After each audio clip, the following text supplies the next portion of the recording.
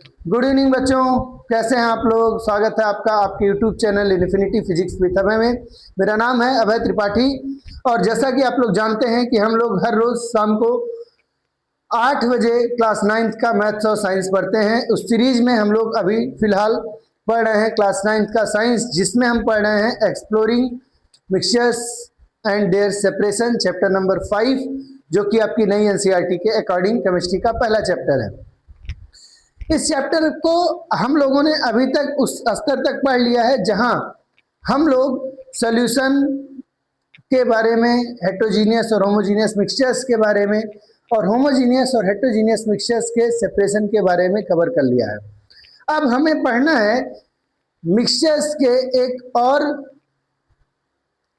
Format के बारे में, एक और प्रकार के बारे में, जिसे हम कहते हैं सस्पेंशन एंड कोलाइडल। हम लोगों ने अभी तक मिक्सचर्स का एक सबसे इम्पॉर्टेंट रूप पढ़ा जिसे हम सॉल्यूशन कहते थे। सॉल्यूशन की विशेषता थी कि सॉल्यूशन होमोजीनियस मिक्सचर होता है, और क्योंकि यह होमोजीनियस मिक्सचर होता है, इसके पार्टिकल्स बहुत छोटे होते हैं, इसलिए हम इसे नॉर्मली फिल्टर नहीं कर पाते हैं। इसलिए हम उसके फिल्ट्रेशन के लिए, उसके मिक्सचर्स के कंपोनेंट्स को अलग अलग करने के लिए हम लोगों ने क्रिस्टलाइजेशन, उसके बाद फिर डिस्टिलेशन और इस तरीके के प्रोसेसेस कवर किए थे। कल की क्लास में हम लोगों ने ढेर सारे मेथड्स पढ़े to separate the components of heterogeneous mixture. अब हमारा आज का जो क्लास है वो इस सीरीज का आखिरी क्लास है, जिसमें हम लोग पढ़ने वाले हैं दो इम्पोर्टेंट चीज़ों के बारे में, जिसे कहते हैं सस्पेंशन और कोलाइडल। तो आज की क्लास हमारी सबसे पहले स्टार्ट होने वाली है और वो है सस्पेंशन से रिलेटेड। अगर आप इस चैनल पर नए हैं तो आप इस चैनल को ज़रूर सब्सक्राइब कर दें और अपने दोस्तों को, अपने फ्रेंड सर्किल में भी इसे शेयर करें। ठीक, तो इस क्लास में, यानी कि आज की क्लास में हमारा दो टॉपिक होगा, सस्पेंशन और कोलाइडल समझना, कैसे ये क्या होते हैं, कैसे काम करते हैं, क्या चीज़ें इसमें होती हैं, इनकी क्या प्रॉपर्टीज, और कैसे हम सस्पेंशन और कोलाइडल में अंतर कर सकते हैं, कैसे हम जानेंगे कि कोई चीज़ सस्पेंशन है कि कोई चीज़ कोलाइडल है। ठीक, सबसे पहले बात करने वाले हैं सस्पेंशन के बारे में। सस्पेंशन जाने उससे थोड़ा सा पहले हम समझ लेते हैं सॉल्यूशन के बारे में। तो हम लोगों ने सॉल्यूशन पढ़ा हुआ है। सॉल्यूशन एक होमोजीनियस मिक्सचर होता है। सॉल्यूशन के जो पार्टिकल्स होते हैं वो 1 नैनोमीटर से कम डायमीटर के पार्टिकल्स होते हैं, और इसलिए ये सॉल्यूट पार्टिकल्स सॉल्वेंट में पूरी तरीके से मिक्स हो जाते हैं, होमोजीनियस रूप से मिक्स हो जाते हैं। यूनिफॉर्मली मिक्सचर होने की वजह से हम इन्हें फिल्टर पेपर से भी फिल्टर नहीं कर पाते, क्योंकि इनका साइज बहुत छोटा होता है। ठीक, वहीं अगर हम बात करें सस्पेंशन की, तो सबसे इंपॉर्टेंट पॉइंट क्या है कि जो सस्पेंशन होते हैं वो हेट्रोजीनियस मिक्सचर होते हैं। कैसे मिक्सचर हैं? हेट्रोजीनियस मिक्सचर है, जिसे हम हिंदी में विसमांगी मिश्रण कहते हैं। विसमांगी मिश्रण कहते हैं। ठीक है, विसमांगी मिश्रण कहते हैं। अब क्योंकि ये समान नहीं है, अलग अलग हैं, तो इसकी विशेषता क्या है? तो ध्यान रखिए, जैसे आपने एक मिक्सचर देखा होगा अक्सर रेत और पानी का। ठीक, रेत और पानी का मिक्सचर अगर हम लगाएं, सैंड को अगर हम पानी में मिक्स कर दें तो क्या होगा? अगर हम सैंड को पानी में मिक्स कर देते हैं तो चाहे जितना घोलिएगा, सैंड कभी भी डिसअपीयर नहीं होगा, क्योंकि सैंड कभी भी वाटर में सॉल्यूबल नहीं है। यानी कि सस्पेंशन बनाने के लिए इनसॉल्यूबल पार्टिकल्स का होना कंपलसरी है। यानी जो सॉल्यूट होगा वो कैसा होगा? इनसॉल्यूबल होगा। तो सॉल्यूट सॉल्वेंट नहीं यूज करेंगे, बल्कि इनसॉल्यूबल कंपोनेंट्स यूज करेंगे। ठीक, और इनसॉल्यूबल होने की वजह से वो कैसा मिक्सचर बनाएंगे? हेट्रोजीनियस मिक्सचर बनाते हैं। ठीक है, अब इनसॉल्यूबल होता है अगर कंपोनेंट, तो हम बहुत देर तक छोड़ दें, क्या होगा? जैसे सैंड और वाटर के मिक्सचर बनाइए, उसको खूब स्टीरिंग करके खूब घुमा दीजिए, हिला दीजिए और उसे छोड़ के कहीं रख दीजिए। 1 घंटे 2 घंटे या सफिशिएंटली लार्ज टाइम के बाद आप पाएंगे कि जो पार्टिकल है, डस्ट पार्टिकल है या सैंड पार्टिकल है, वो वाटर में नीचे की तरफ बॉटम पर बैठ जाता है। बॉटम पर क्या होता है, बैठ जाता है। ये हो गया आपका सॉल्वेंट यानी वाटर, और इसी में रेत रेत के पार्टिकल्स मिक्स हैं। तो रेत के पार्टिकल्स जो होंगे वो धीरे धीरे धीरे धीरे क्या होंगे, सबके सब धीरे धीरे समय के साथ नीचे बैठ जाएंगे इस तरीके से। जब सब नीचे बैठ जाएंगे तो यहाँ ढेर सारा डस्ट पार्टिकल इकट्ठा हो जाएगा या ढेर सारा सैंड पार्टिकल इकट्ठा हो जाएगा। क्लियर है, बात समझ में आई? तो सिंपल है कि ध्यान रखिए कि द पार्टिकल्स ऑफ सस्पेंशन या the suspended particle in the suspension got stable या got settled at the bottom of the container. ठीक, तो ध्यान क्या रखना है, द कंपोनेंट्स ऑफ, या लिखो the insoluble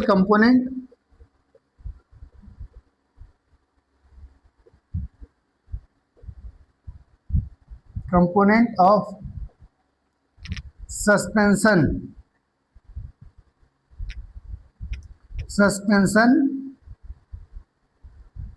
settle down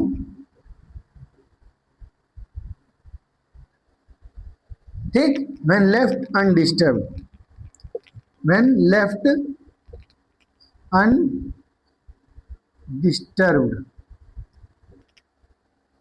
marker बहुत हल्का चल रहा है, एक बार मैं देख लूं स्क्रीन पर कि आपको दिख रहा है कि नहीं।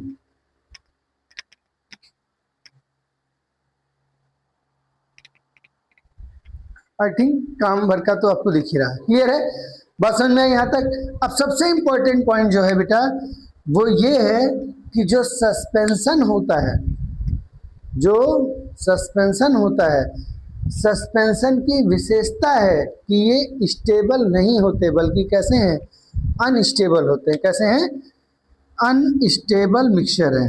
कैसा मिक्सचर है, अनस्टेबल मिक्सचर है। इसका क्या मतलब है, इसका यही ऊपर वाला बात का मतलब है, मतलब इस पॉइंट का यही मतलब है जो ऊपर लिखा हुआ है कि इसके कंपोनेंट्स, इसके पार्टिकल्स समय के साथ अपने आप सेटल डाउन हो जाते हैं, और जब सेटल डाउन हो जाएगा तो पार्टिकल्स कैन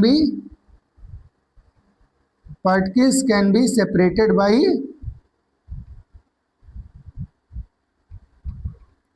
बाई सेडिमेंटेशन। कल हमने इसके बारे में बताया था। ठीक, सेडिमेंटेशन एंड फिल्ट्रेशन, और कैसे फिल्टर करके। ठीक है, क्लियर हो गया? सेडिमेंटेशन मतलब कि हम उसे छोड़ देंगे बहुत देर तक, वो नीचे बैठ जाएगा, उसका फिल्टर कर लेंगे, साफ पानी साफ अलग और दूसरा कंपोनेंट अलग। क्लियर है, तो फिल्ट्रेशन कर सकते हैं। जो सबसे महत्वपूर्ण पॉइंट है वो ये है कि इसके साइज ऑफ द पार्टिकल्स क्या होते हैं,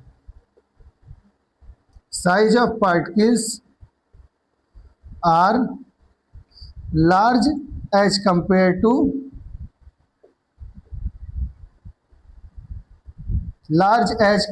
टू सॉल्यूशन के कंपैरिजन में जो सस्पेंशन के पार्टिकल्स होते हैं वो कैसे होते हैं बेटा, लार्ज होते हैं, बड़े होते हैं। ठीक, तो अब हम इन सब चीजों से मिक्स करके हम सस्पेंशन का डेफिनेशन लिख सकते हैं। और कैसे लिखेंगे, तो लिखेंगे suspension is a heterogeneous mixture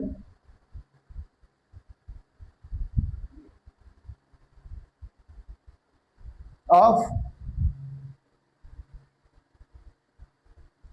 insoluble particles in any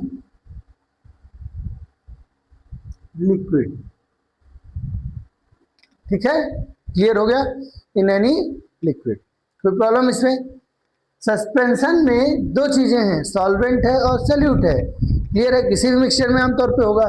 solute के जो पार्टिकल्स हैं उन्हीं सॉल्यूट को ही हम क्या बोलते हैं, इनसॉल्युबल पार्टिकल बोल रहे हैं, कह रहे हैं। और वो इनसॉल्युबल पार्टिकल का जो साइज होगा वो इतना बड़ा होगा कि धीरे धीरे वो खुद ही सेटल डाउन हो जाएंगे। क्लियर है, तो इसका स्क्रीनशॉट ले लीजिए इतना।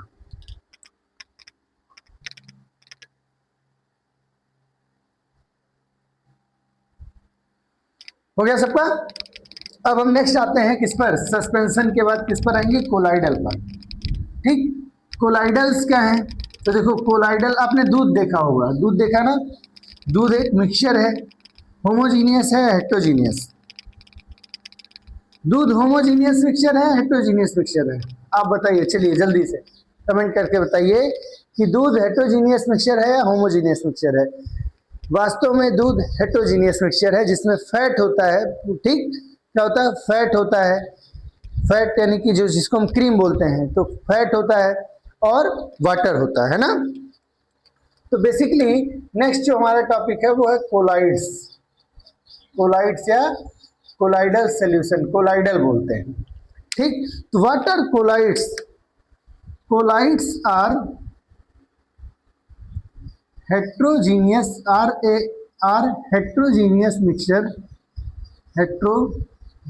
mixtures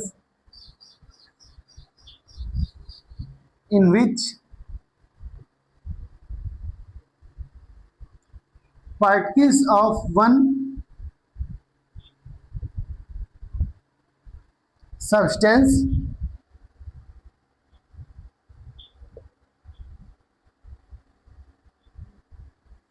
are suspended,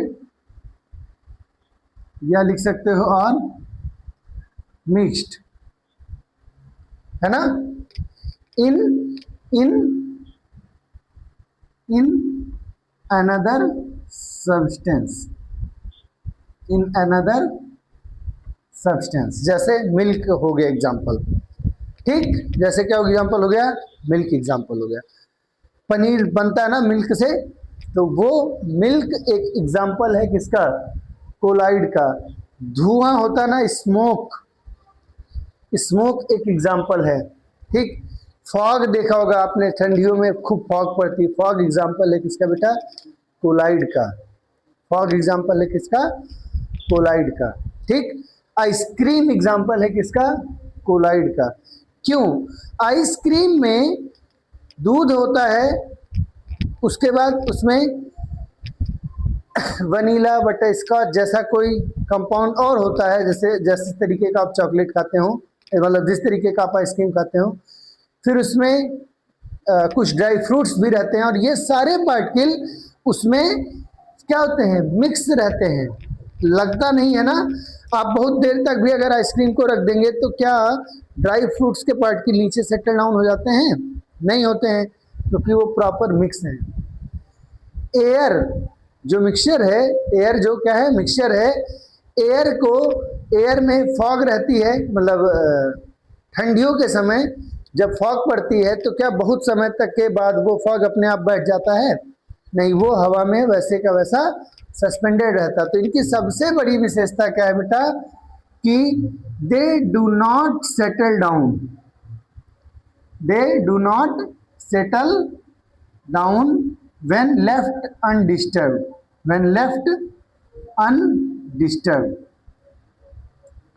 when left undisturbed। अब अगर कोई पूछे कि सस्पेंशन के पार्टिकल्स तो सेटल डाउन हो जाते हैं, सॉल्यूशन के पार्टिकल्स सेटल डाउन नहीं होते हैं, और कोलाइडल के पार्टिकल्स सेटल डाउन नहीं होते हैं, तो सॉल्यूशन और कोलाइडल की इस मामले में एक जैसी प्रॉपर्टी है, जबकि सस्पेंशन की प्रॉपर्टी अलग है। तो ऐसी क्या वजह है कि कोलाइडल या सॉल्यूशन के पार्टिकल्स तो सेटल डाउन नहीं होते हैं, लेकिन सस्पेंशन के पार्टिकल्स सेटल डाउन हो जाते हैं? तो इसका उत्तर सिंपल है कि सॉल्यूशन में सॉल्यूट सॉल्वेंट में डिसॉल्व हो जाता है, इसलिए उसके पार्टिकल्स सेटल डाउन नहीं होते हैं।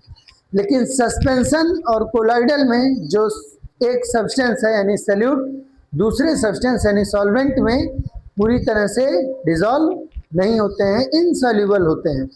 लेकिन इन दोनों में अंतर है।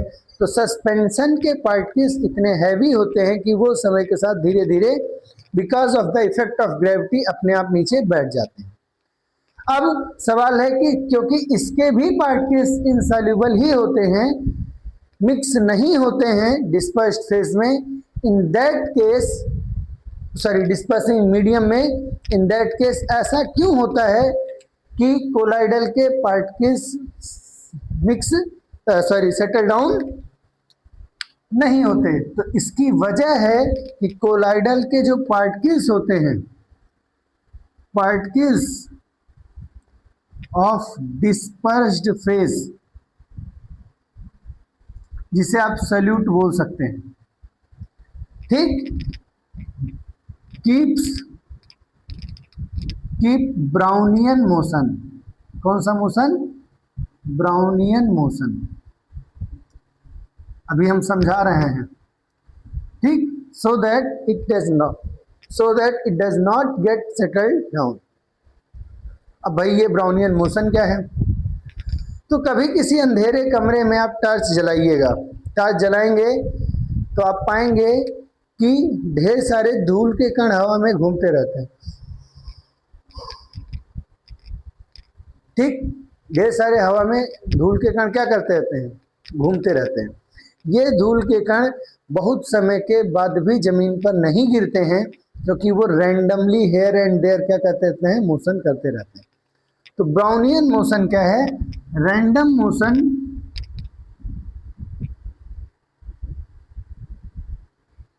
ठीक, made by the small particles, ठीक है, जैसे डस्ट के पार्टिकल्स करते हैं। क्लियर हो गया? इसलिए वो सेटल डाउन नहीं होते हैं। अब एक शब्द लिखा है डिस्पर्स्ड फेज, इसका क्या मतलब है? तो देखो, जैसे सॉल्यूशन में सॉल्यूट और सॉल्वेंट होता है, ठीक, सॉल्वेंट उसे कहते हैं जो ज्यादा मात्रा में हो या जिसका फेज सॉल्यूशन के फेज से मैच करता हो। इसी तरीके से सॉल्वेंट के ही जैसा कोलाइडल में भी तो एक सब्सटेंस दूसरे में मिक्स किया गया है ना, तो एक सब्सटेंस दूसरे में क्या किया गया है? मिक्स किया गया है। तो एक सब्सटेंस जो ज्यादा मात्रा में है उसे हम क्या कहते हैं? Dispersing medium. तो there are two components of, there are two parts of colloidal solution. कौन कौन से दो पार्ट्स हैं? पहला है डिस्पर्सिंग मीडियम और दूसरा है डिस्पर्स्ड फेज, ठीक, डिस्पर्सिंग मीडियम और डिस्पर्स्ड फेज। डिस्पर्सिंग मीडियम क्या है? That substance in which the other substance is dissolve, ठीक है, या सस्पेंडेड, या ऐसे कह लो that substance which have higher amount, that substance which have higher amount. और आसान कहना हो तो आप इसे सॉल्यूशन में सॉल्वेंट की जगह रख सकते हैं। जैसे सॉल्यूशन में सॉल्वेंट होता है वैसे कोलाइडल में डिस्पर्सिंग मीडियम होता है। क्लियर हुआ? बात समझ में आई? ठीक, तो डिस्पर्सिंग मीडियम क्या है? डिस्पर्सिंग मीडियम वो हिस्सा है जिसमें दूसरा सब्सटेंस डिसॉल्व्ड है। क्लियर है? बात समझ में आई? ठीक है, कोई प्रॉब्लम? तो एक काम कर सकते हैं, इतना आपको क्लियर है? चलिए, और डिस्पर्स्ड फेज क्या है? जैसे एग्जांपल के लिए एग्जांपल ले हम अगर किस चीज का,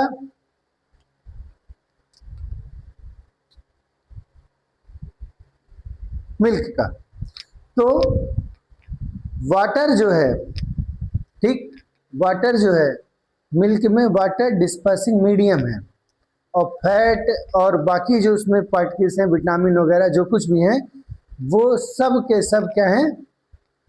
वो सब के सब डिस्पर्स्ड फेज हैं। बात क्लियर हुई? समझ में आया? तो डिस्पर्सिंग मीडियम वो चीज है जो या जिसमें बाकी के डिस्पर्स्ड फेज सस्पेंड किए गए हैं, उन्हें क्या कहेंगे? डिस्पर्सिंग मीडियम कहेंगे। ठीक है, क्लियर हुआ? एक सेकेंड।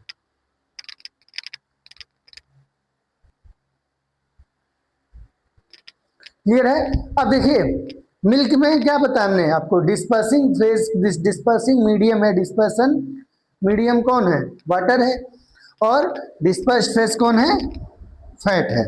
ठीक, दो चीजें हैं ध्यान रखिए, डिस्पर्सिंग मीडियम जिसमें डिस्पर्स फेज डिसॉल्व है, जो अपने अंदर रखा हुआ है डिसॉल्व करके, वो क्या कहलाएगा, dispersed medium, dispersion medium. Clear है, बात समझ में आई। जैसे मिल्क के केस में वाटर डिस्पर्सन मीडियम है और फैट डिस्पर्स्ड फेज है। क्लियर है, बात समझ में आई। कोलाइडल का एक एग्जांपल और लीजिए, जैसे फॉग, जैसे फॉग, जैसे फॉग,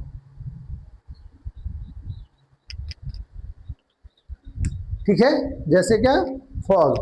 तो फॉग में क्या होता है, फॉग में क्या होता है, फॉग में जो कोहरा धुंध होता है, क्या होता है, एयर और वाटर आपस में कोलाइडल का काम करते हैं। एयर और वाटर क्या बनाते हैं, कोलाइडल बनाते हैं। एयर और वाटर क्या बनाते हैं, कोलाइडल बनाते हैं। ठीक, एयर और वाटर क्या बनाते हैं, कोलाइडल बनाते हैं। अब इसमें कौन क्या है, कौन क्या है, तो भाई सिंपल सी बात है कि फॉग में ध्यान दीजिएगा तो धूल भी होती है और ड्रॉपलेट्स ऑफ वाटर भी होते हैं, धूल भी होती है और वाटर के ड्रॉपलेट्स भी होते हैं। तो धूल यानी कि डस्ट पार्टिकल्स भी हैं और वाटर ड्रॉपलेट्स भी हैं।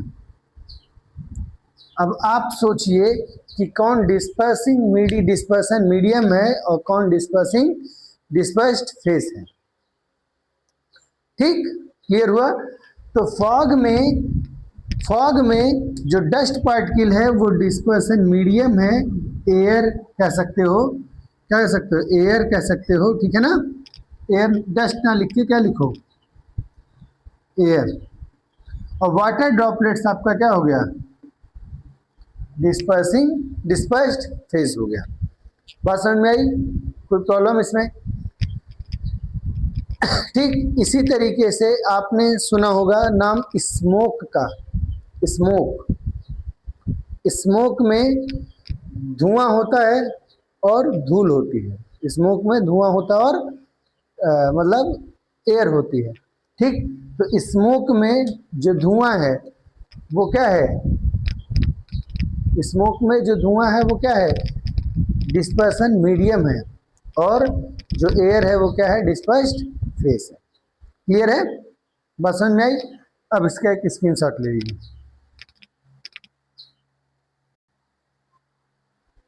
हो गया यहां तक।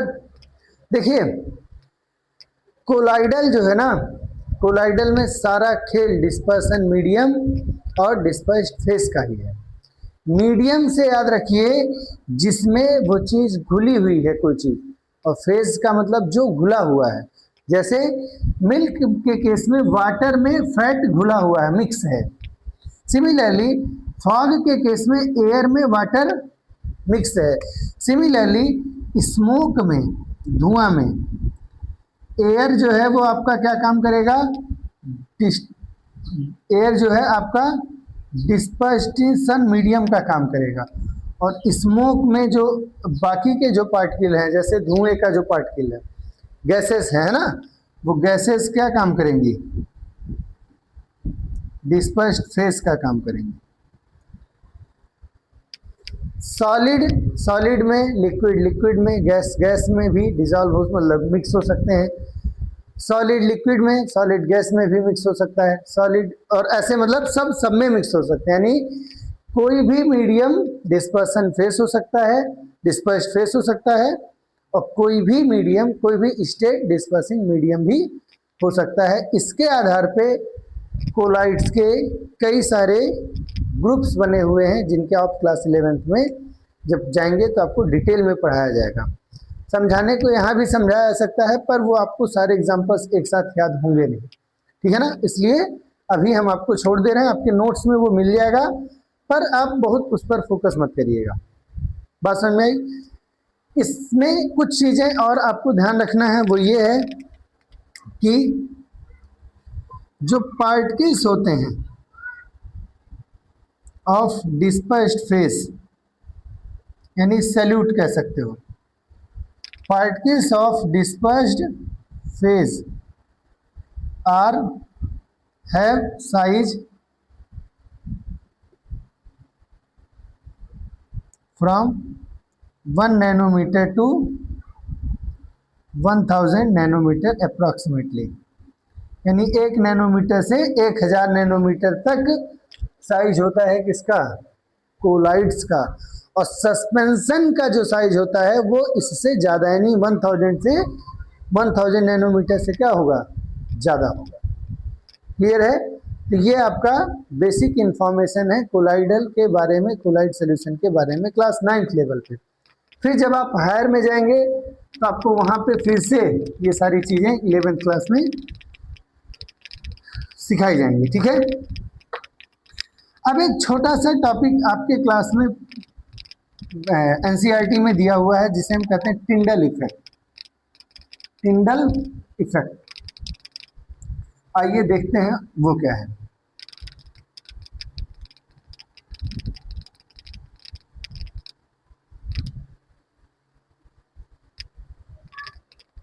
देखिए, बोलते समय हो सकता है कुछ चीज़ें मिस हो जाती हैं या कोई चीज़ गलत हो जाती है, तो उसके लिए आप परेशान नहीं होना चाहिए। आप बुक से भी रीडिंग जरूर करेंगे एक बार। ठीक है? मैं प्रयास करता हूं कि कोई चीज़ गलत ना बोलूं, पर इन केस अगर कुछ गलती हो ही जाती है तो वो कोई पनिशेबल ऑफेंस मत मानिएगा। ठीक है? ह्यूमन टेंडेंसी मान के उसको इग्नोर करिएगा। पर अगर कहीं कोई चीज़ ऐसी मैं बोलता हूँ जो आपकी किताब में उल्टा लिखा हुआ है, मेरे बोलने और किताब में लिखे हुई चीज़ों का कंट्राडिक्शन है, तो एक बार हमें इन्फॉर्म करिए। हो सकता है कि बुक में ही गलत लिखा हो या हो सकता है कि मैं गलत हूँ। एक बार आप हमें मैसेज में कमेंट बॉक्स में बता देंगे तो मैं आपको उसका एग्जैक्ट एक्सप्लेनेशन दे सकूंगा कि मैं गलत था या बुक गलत थी। ठीक है ना? पर राय बनाने से पहले, कोई राय कायम करने से पहले एक बार जरूर इंटरेक्ट करिएगा। क्लियर है? ध्यान रखिएगा। टिंडल इफेक्ट क्या है तो इसको समझो। सपोज करिए कि आप किसी रूम में हैं, अपने स्कूल में हैं, रूम में हैं। ठीक? रूम के बाहर कुछ दूर तक लॉन है, बरामदा है और बरामदे के बाद बाहर ओपन एरिया है। जो सन की लाइट होती है वो ओपन एरिया में आती है, तो वहाँ उजाला रहता है, कोई दिक्कत नहीं है। उसके बाद कुछ पोर्शन ऑफ लाइट कहाँ पहुँच सकता है? बरामदे में, वहाँ भी उजाला है, कोई दिक्कत नहीं है। पर आपके रूम में जहाँ सन की लाइट डायरेक्ट नहीं पहुँच रही है, वहाँ भी दिन में अगर हम लाइट को ऑफ कर देते हैं तो कुछ ना कुछ उजाला रहता है। सवाल है कैसे और क्यों? ठीक?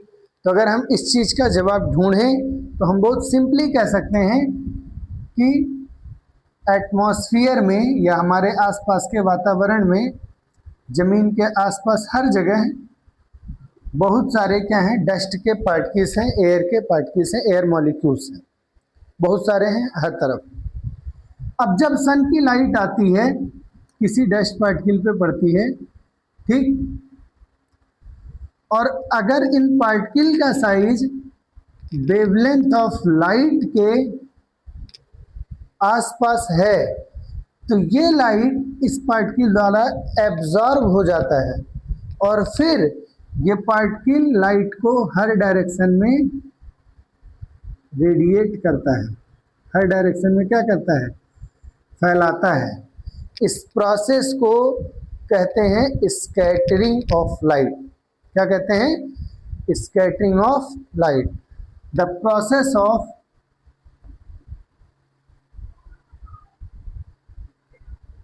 Spreading of light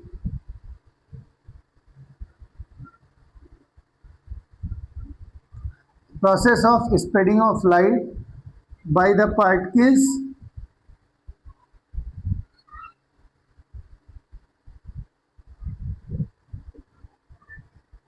on which light is incident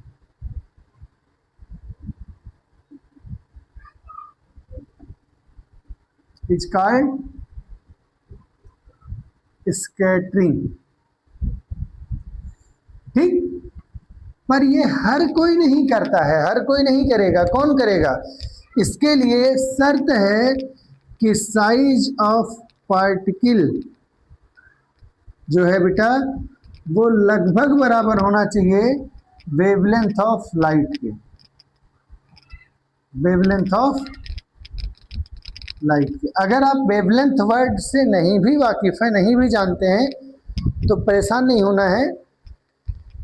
आपकी क्लास में साउंड नाम से एक चैप्टर है, उसमें वेवलेंथ, फ्रीक्वेंसी, वो सारी चीज़ें बताई जाएंगी, टेंशन नहीं लेना। क्लियर हुआ? बात समझ में आई? ठीक, तो जब size of particle wavelength of light के आसपास होता है, नियरली बराबर होता है, तो वो पार्टिकल अपने ऊपर पड़ने वाले लाइट को एब्जॉर्ब कर लेता है और फिर उस लाइट को अपने तरफ से चारों हर डायरेक्शन में रेडिएट करता है। इस प्रोसेस को कहा जाता है स्कैटरिंग, हिंदी में कहते हैं प्रकीर्णन। और इसी बिखराव, इसी प्रकीर्णन, इसी फैलाव की वजह से सन की लाइट भले ही रूम में डायरेक्टली नहीं आ रही है, पर रूम के आसपास हर जगह पर उपलब्ध डस्ट पार्टिकल्स की वजह से स्कैटरिंग होता है और वो चीज़ें हमें दिखाई देती हैं। और यही वजह है कि ओपन स्पेस में जहाँ पे डस्ट पार्टिकल्स नहीं हैं, वहाँ का स्पेस कैसा होता है? ब्लैक होता है। क्यों? क्योंकि वहाँ डस्ट पार्टिकल ना होने की वजह से स्कैटरिंग नहीं होता। अब ये चीज़ तो फिजिक्स का पार्ट है। हम यहाँ क्यों पढ़ रहे हैं? यहाँ इसलिए पढ़ रहे हैं कि जब लाइट किसी ऐसे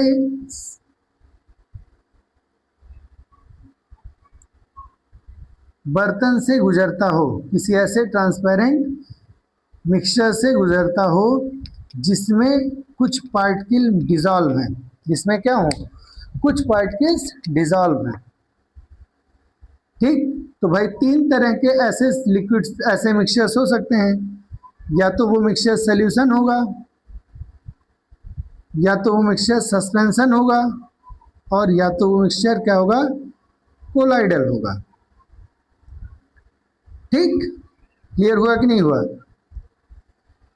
अगर ये मिक्सचर प्योर सॉल्यूशन है तो डस्ट, तो जो इसके अंदर सॉल्यूट पार्टिकल्स हैं उनका साइज इतना छोटा है कि वो वेवलेंथ ऑफ लाइट के कंपैरिजन में भी छोटा हो जाता है, और उस केस में लाइट इससे स्कैटर नहीं होगी।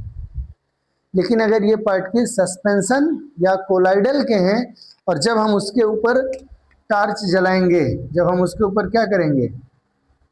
टार्च जलाएंगे, तो वो बीम ऑफ लाइट का जो पाथ है, वो पाथ क्या होगा? विजिबल हो जाएगा। पाथ क्या हो जाएगा? विजिबल हो जाएगा। यानी जो लाइट का पाथ है वो क्या होगा? विजिबल हो जाएगा। अगर आप किसी डार्क रूम में किसी छोटे मौका मतलब किसी छोटे झरोखे या छोटी ओपनिंग से लाइट को कमरे में आते हुए देखेंगे, तो आपको दिखेगा कि उस लाइट का बीम का रास्ता दिखाई देता है। जबकि नॉर्मली टार्च या बल्ब का जो पाथ है दिन में, वो हमें दिखाई नहीं देता है ना? रात में भी हम टार्च जलाते हैं तो रात में टार्च दिखता है, उजाला दिखता है, पर उस उजाले का रे का पाथ नहीं दिखाई देता। पर जब हम किसी सस्पेंशन या कोलाइडल से लाइट पास कराते हैं ट्रांसपेरेंट बर्तन में रख करके, ट्रांसपेरेंट मीडियम में, तो वो सॉल्यूशन की वजह से हमको उनके पार्टिकल्स का उसका पूरा बीम का पाथ दिखाई देता है, रास्ता दिखाई देता है। इस फेनोमेनन को कहा जाता है, ये हो क्यों रहा है? ये हो रहा है स्कैटरिंग की वजह से। कौन स्कैटर कर रहे हैं? पार्टिकल्स ऑफ द सस्पेंशन या सॉल्यूशन। तो ये प्रोसेस है स्कैटरिंग का, इसीलिए पहले स्कैटरिंग बताएं।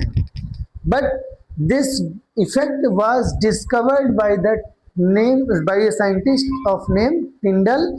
That is why this effect is called as Tyndall effect. कहाँ कहाँ हो सकता है? डेंस फॉरेस्ट में, ठीक। कहाँ कहाँ हो सकता है? कोलाइडल या सस्पेंशन द्वारा। और कहाँ हो सकता है ये प्रोसेस? और कहाँ हो सकता है? By light coming in A room, in a dark room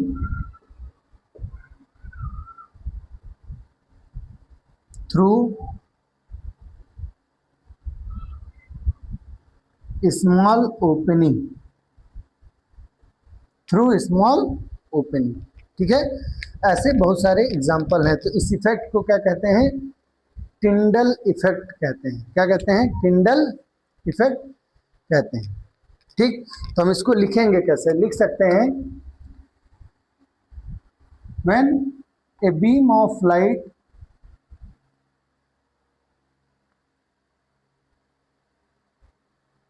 is passed through any colloidal solution, colloidal or suspension, then its path is visible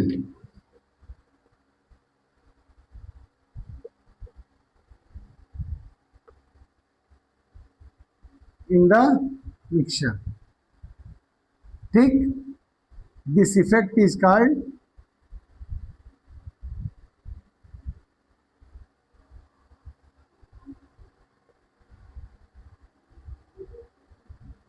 टिंडल्स effect. इस इफेक्ट को क्या कहते हैं? टिंडल्स इफेक्ट। क्लियर है? बात समझ में आई? टिंडल इफेक्ट कौन करता है? तो टिंडल इफेक्ट करता है या तो सस्पेंशन या तो कोलाइडल, या तो सस्पेंशन या तो कोलाइडल। पर जरूरी नहीं है कि हर कोलाइडल करे, उसका शर्त है कि उसे ट्रांसपेरेंट होना चाहिए, नहीं तो लाइट पास ही नहीं करेगी, ठीक। तो ट्रांसपेरेंट होना चाहिए। क्या होना चाहिए? ट्रांसपेरेंट होना चाहिए। और सबसे इंपॉर्टेंट कि size of particles must be nearly equal to wavelength of light,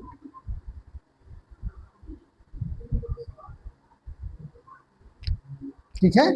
इस प्रोसेस को क्या कहते हैं? टिंडल इफेक्ट कहते हैं। कोई दिक्कत? तो आज यहाँ पे ये चैप्टर आपका कंप्लीट हो गया। Exploring mixtures and their separation का ये चैप्टर कंप्लीट हो गया। आज फ्राइडे है, ठीक। कल नहीं, परसों आपका इस चैप्टर का एक टेस्ट होने वाला है, ठीक है। तो आप अपनी तैयारी कंप्लीट कर लीजिए, टेस्ट देने के लिए तैयार रहिए। Thank you lot.